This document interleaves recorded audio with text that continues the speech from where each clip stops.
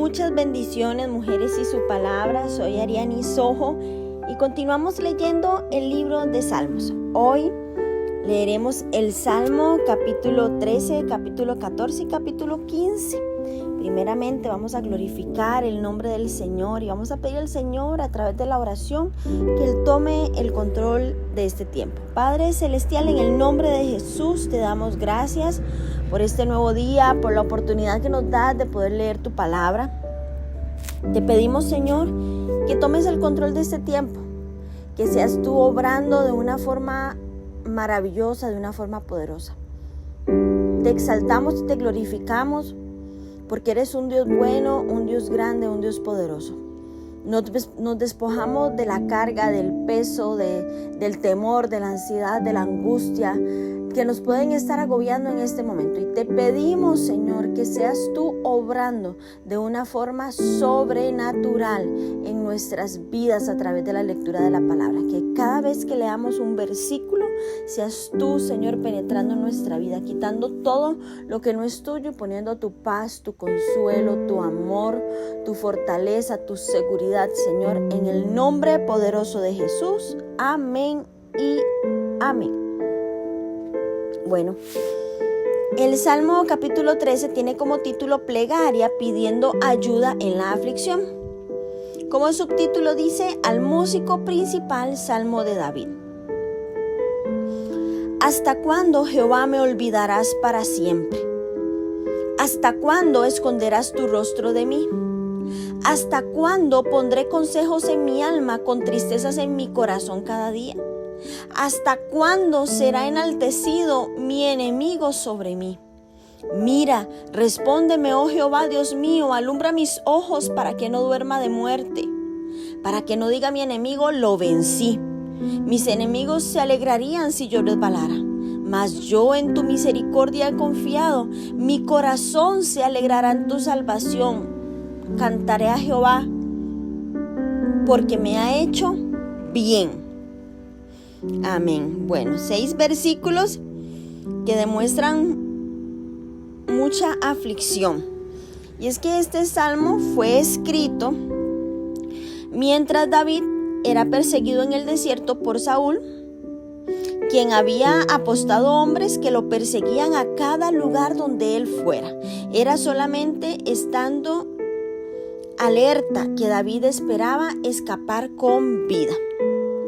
Vemos que el salmo comienza con un clamor de los que están agotados, cansados. Y es que, ¿hasta cuándo? Este que aparece 4 veces en los 2 primeros versículos, se repite en todo Salmos. Bueno, en el Salmo 4, en el Salmo 3, en el Salmo 35, en el Salmo 79, en el Salmo 89. Y nos demuestra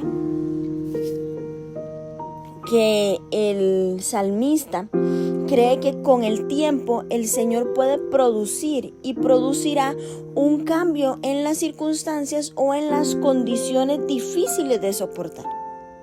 Y vemos que David aquí se queja de tristezas, que en hebreo es yagón, de angustias del corazón, al temer que sus enemigos estuvieran ganando fuerza si no eran detenidos prontos. Lo que hacían era alardear si él resbalaba. Pero algo muy importante es ¿cuánto tiempo más? ¿Hasta cuándo? Y muchas veces, mujeres, solamente preguntar ¿cuándo terminará nuestra prueba? Señor, ¿cuándo te levantarás para defenderme? ¿Cuándo te levantarás a destruir a mis enemigos? Pero hay algo que nosotras tenemos seguro y el salmista lo tenía seguro. Y es que toda prueba tiene una duración predeterminada. Cada prueba tiene su tiempo de caducidad para producir en nuestras vidas aquello que es agradable al Señor. Y no debemos de tratar de abreviarla. El tiempo que ya Dios tiene determinado para la prueba es necesario. Toda prueba debe desarrollarse durante el tiempo que Dios haya designado para perfeccionar su obra de redención en nuestras vidas. Yo sé que es desesperante, pero definitivamente tenemos que poner los tiempos en las manos del Señor. Y esta naturaleza repetitiva de las pruebas es como la lija que se pasa sobre la madera. Puede pulir nuestra naturaleza y hacernos partícipes ¿de qué? De la santidad de Dios. En consecuencia, en las circunstancias de David se le permitió a Saúl exasperarlo y ser exaltado por encima de David durante más de 10 años, antes de que David llegara al trono de Judá a los 30 años de edad. Y es que esta tensión continua quitó el sueño a David durante muchas noches. Y definitivamente, estudios nos han mostrado el daño que puede hacer al cuerpo, al alma y al espíritu, el no dormir, el insomnio. Esto es terrible. El estarse despertando cada 30 minutos. Dormir pocas horas de sueño por día desgasta muchísimo el cuerpo. De la misma manera, David tenía que estar alerta en todo momento porque Saúl estaba tras él para matarlo. Lamentablemente siempre hay enemigos que se regocijarían si muriéramos. Hay enemigos que se regocijarían si abandonáramos la posición que Dios nos ha dado. Y estos enemigos pueden ser personas o a nivel espiritual. El enemigo moviliza todo un ejército de demonios para destruirnos y detenernos en el cumplimiento de nuestro propósito. Cuando David habla de los malos, se refiere a compatriotas suyos israelitas. Pero recordemos que nuestra lucha no es contra sangre ni carne, no es contra personas, sino lo que está dentro de las personas. Por eso tenemos armas espirituales con las cuales pelear. La victoria en una prueba solo es posible si confiamos en su misericordia. ¿Para qué? Para preservarnos y darnos fuerzas. Debemos continuar peleando la batalla de la fe, regocijándonos en la continua y progresiva salvación de Dios. David reafirma su confianza en la misericordia del Señor. Él escoge la perspectiva de la fe y la dependencia del inconmovible compromiso de Dios para su pueblo, y deleitándose en la seguridad de su salvación. Y es que la victoria en una prueba solo es posible, mujeres, si confiamos en su misericordia. ¿Para qué? Para cuidarnos, para preservarnos, para darnos fuerzas. Y debemos continuar peleando esta batalla de la fe. Tenemos que continuar regocijándonos en la salvación del Señor. Y vemos cómo David decide cantar a Jehová. Y no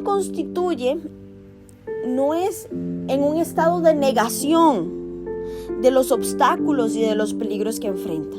Porque a veces cuando somos positivas o cuando decidimos alabar en medio del problema, cuando decidimos glorificar a Dios en medio del problema, tal vez podríamos decir, ay, es que usted está en estado de negación, es que usted no está viendo la realidad, es que usted no está viendo más allá, es que usted lo que quiere es evadir el problema. No es un estado de negación, no es un estado de negar el peligro que estaba enfrentando, sino es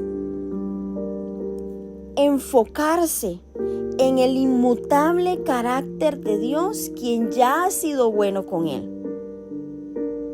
Es confiar y decir, Señor, yo voy a depender de ti, porque si dependemos de Dios y de su gracia, como lo hizo David, vamos a llegar al punto en que podremos regocijarnos en el hecho de que Él nos hará bien, de que Él nos sacará de las tinieblas del sufrimiento a la luz gloriosa, que Él nos dará el fin que deseamos y nos llevará al refugio de descanso que tanto anhelamos, mujeres. Esa es la confianza.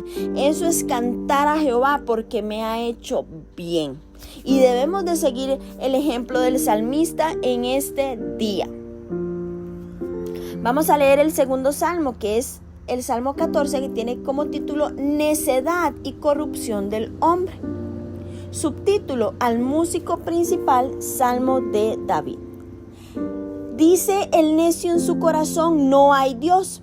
Se han corrompido, hacen obras abominables, no hay quien haga el bien. Jehová miró desde los cielos sobre los hijos de los hombres para ver si había algún entendido que buscara a Dios. Todos se desviaron y a una se han corrompido. No hay quien haga lo bueno, no hay ni siquiera uno. No tienen discernimiento todos los que hacen iniquidad. ¿Qué devorarán a mi pueblo como si comiesen pan, y a Jehová no invocan? Ellos temblaron de espanto porque Dios está con la generación de los justos. Del consejo del pobre se han burlado, pero Jehová es su esperanza. Oh, que desde Sión saliera la salvación de Israel, cuando Jehová hiciere volver a los cautivos de su pueblo. Se gozará Jacob y se alegrará Israel. Amén. Bueno, este Salmo 15 lo podríamos ubicar cronológicamente en la época en que se escribió el Salmo 53, es decir, durante la época de la revuelta de Absalón contra su padre David. Los que apoyaban a Absalón son llamados sencillos o ignorantes, y nos queda claro que David ya había estado gobernando y reinando en Sión. Este Salmo 14 está lleno de instrucción para todas las edades, y en él se critica la tendencia de los malos también al ateísmo. Vemos también cómo habla de la necedad. Bueno, vemos cómo nos habla directamente de la necedad, el necio. Y es que en hebreo, necio es Nabal, N-A-B-A-L, que es insensato, estúpido, perverso, ignorante, y es que es el que carece de discernimiento espiritual, no el falto de inteligencia. En la escritura, un necio es aquel que parece incapaz de tomar la mejor decisión, aunque ésta sea evidente. Ser necio, mujeres, es lo opuesto a ser sabio. En el Antiguo Testamento, contrario a la necedad o la estupidez, no es la inteligencia, sino la inalterable devoción al Señor. Pablo utiliza el Salmo 14 en Romanos 3, del 10 al 18, para enfatizar la necedad de todos aquellos que escogen separarse de la sabiduría de Dios manifestada en el Evangelio de Cristo. Una palabra muy fuerte, y vemos aquí cómo alguien necio no es alguien que no es inteligente, es una persona inteligente, pero con falta de discernimiento espiritual, es alguien insensato. Y vemos que esta palabra también nos la dicen a nosotras, la mujer necia. Tenemos que decirle al Señor que nos haga personas con discernimiento espiritual, que quite la necedad de nuestra vida, esa necedad que nos impide separarnos de la sabiduría de Dios. El salmista dice que está en una trágica situación cuando los hombres son tan depravados que niegan la misma existencia de Dios. Y aquí vemos que el necio niega la existencia de Dios. Aquellos de los que está hablando aquí son los ateos, y es que estos individuos viven como si Dios no existiera. Ignoran la realidad de que tendrán que rendir cuentas a Dios y del inevitable juicio divino. Y es una causa del pecado que el Señor entrega a las personas a una mente reprobada que es incapaz de discernir lo bueno y lo malo. El Señor busca a aquellos cuyos corazones están entregados a buscarlo y a aquellos que tienen verdadero entendimiento. Por su propia voluntad, el hombre no redimido siempre se inclinará a hacer el mal. Sin la gracia manifiesta de Dios obrando en su vida, en la vida de nosotras mujeres, la naturaleza caída solo puede producir locura y pecaminosa lujuria. El apóstol Pablo usa estos versículos en Romanos 3 del 10 al 12 para describir la depravación generalizada de la humanidad. Y aún los cielos declaran el conocimiento y la gloria de Dios. En la creación todo revela el eterno poder de Dios. Por esto, ¿cómo pueden los que hacen iniquidad imaginar que no serán castigados por devorar al pueblo de Dios? Y es que ellos quitan deliberadamente de sus mentes el conocimiento de Dios y se niegan a invocar al Señor que hizo los cielos y la tierra. Cuando el Señor se manifieste en el tiempo designado en su generación, los malos van a temblar de terror, van a temblar de horror. Y Dios está del lado de los justos, pero los malos están sin Dios, esperando la espantosa depravación y el juicio de Dios. Y este salmo es notable, es una condena abierta al ateísmo. Y en realidad algunas personas que vieron visiones del infierno pudieron preguntar a algunos ateos que estaban allí, y ellos declararon que aunque habían persuadido a otros de que creyeran que Dios no existe, nunca pudieron convencerse a sí mismos. Aún Darwin rechazó y negó su propia teoría de la evolución en el final de su vida. Los pobres que han confiado en el Señor desean amonestar a hombres y mujeres. ¿Para qué? Para que se vuelvan al camino de la justicia. Los malos se burlan de este piadoso consejo. ¿Y qué hacen? No se refugian en el Señor.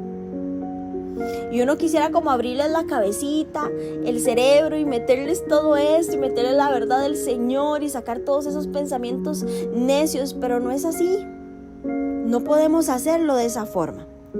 Lamentablemente van a recibir su recompensa también. Y este terrible conflicto con estos espíritus humanistas desgastan la mente. Y esto es lo que hace que David clame para que la salvación llegue a Israel y lo salve del poder del paganismo.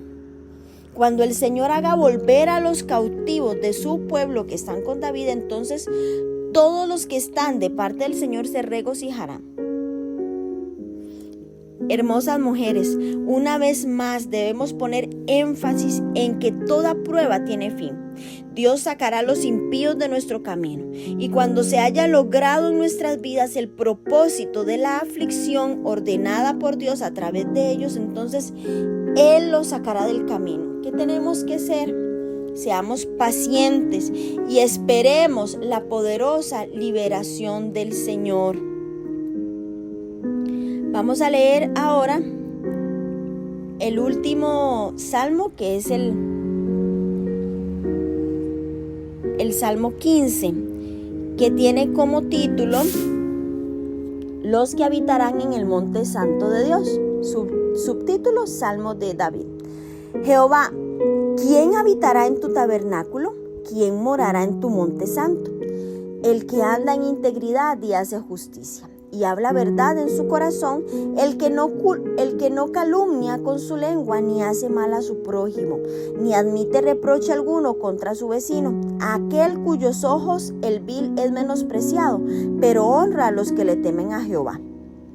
El que aún jurando en daño suyo, no por eso cambia, que en su dinero no dio a usura, ni contra el inocente admitió cohecho. Bueno, este salmo David describe y nos muestra de requisitos o la preparación para adorar en verdad.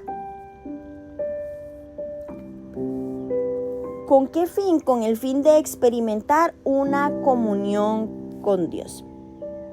Y este salmo fue escrito junto al Salmo 24 en el tiempo en que el arca fue llevada al monte de Sión. Esto está en 2 de Samuel 6, del 1 al 16, y en 1 de Crónicas 15 y capítulo 16 también. La razón por la que surgió este salmo puede verse fácilmente. Cuando el arca era retirada de la casa de Abinadab en Gabá, en un carro tirado por bueyes, estos la sacudieron Al pasar por la era de Nacón, cuando Usa extendió su mano y la tocó, el Señor lo mató, lo fulminó. Y después el arca estuvo en casa de Obed-Edom durante 3 meses. Siguiendo instrucciones del Señor, David la llevó al monte de Sión sobre los hombros de los levitas. El Señor bendijo esta obediencia a sus órdenes específicas y David le colocó en una tienda que había preparado para ella, que luego se conocía como el tabernáculo de David, que es la tienda, la morada, la casa del Señor en el monte santo. Y entonces David la coloca en esta tienda que había preparado, y así fue como el arca llegó al monte de Sión en medio de un gran regocijo. Vemos que David plantea la pregunta: ¿quién puede habitar en el tabernáculo del Señor? ¿Quién puede morar en su santo monte? Y es que el Espíritu Santo contesta la pregunta de David con 11 requisitos específicos para habitar en el monte de Sión. El primer requisito es el que anda en integridad.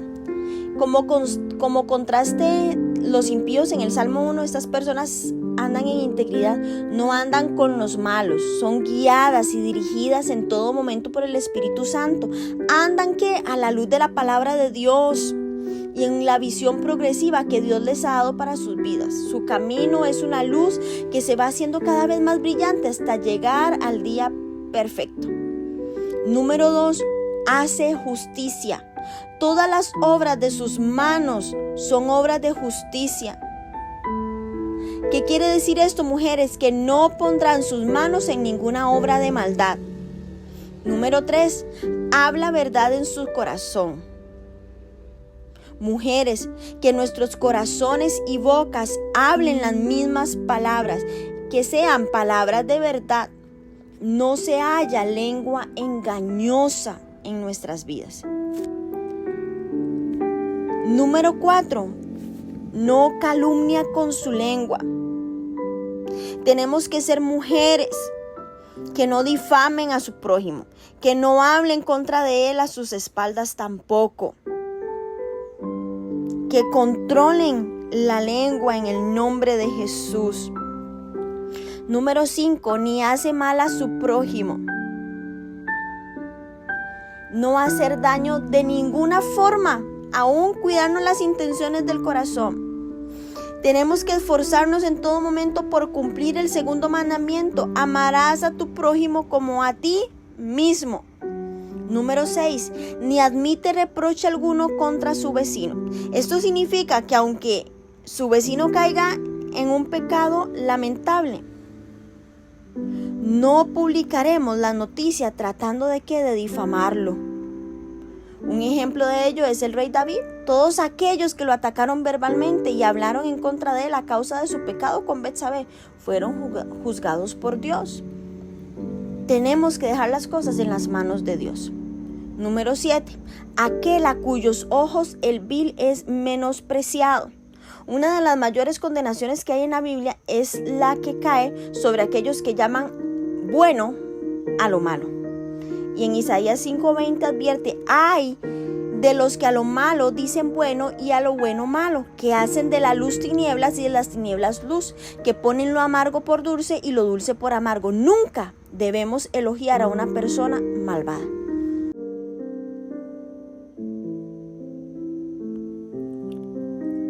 El siguiente, honra a los que temen a Jehová. En contraste, la persona justa respeta y honra a aquellos que reverencian a Dios. Es aquí donde valoramos a las personas que viven en obediencia y temor en el Señor. Número 9. El que aún jurando en daño suyo, no por eso cambia. Y esta quizás es una de las marcas distintivas más significativas de estos requisitos de preparación. Su palabra es un compromiso para él. Se mantiene fiel a lo dicho en todo momento, aunque pueda costarle un alto precio.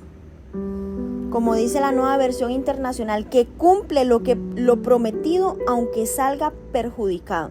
Siempre debemos cumplir nuestros compromisos. Por eso, si nos comprometemos a algo, debemos de seguir un determinado curso de acción. Es posible que debamos construir algo muy difícil o debamos de hacer algo muy difícil o nos veamos perjudicadas, pero debemos de cumplir con lo que prometemos. Número 10. Quien su dinero no dio a usura o intereses. Y esto nos lo deja muy claro el libro de Éxodo en el capítulo 22, versículo 25. También leímos sobre esto en Levítico 25, versículos del 35 al 37. En Deuteronomio el Señor nos lo volvió a hablar en el capítulo 23, versículo 19 y 20. Les invito a leerlo porque de esta manera la ley permite que se cargue un interés razonable a lo que no es cristiano, pero no al creyente. Ahí tenemos las instrucciones sobre esto. Número 11. Ni contra el inocente admitió cohecho. Y esto significa no aceptar sobornos que perviertan la justicia. Y este estatuto parece ser especialmente una acusación. Y debemos de cuidarnos de no aceptar dinero para conseguir resultados favorables.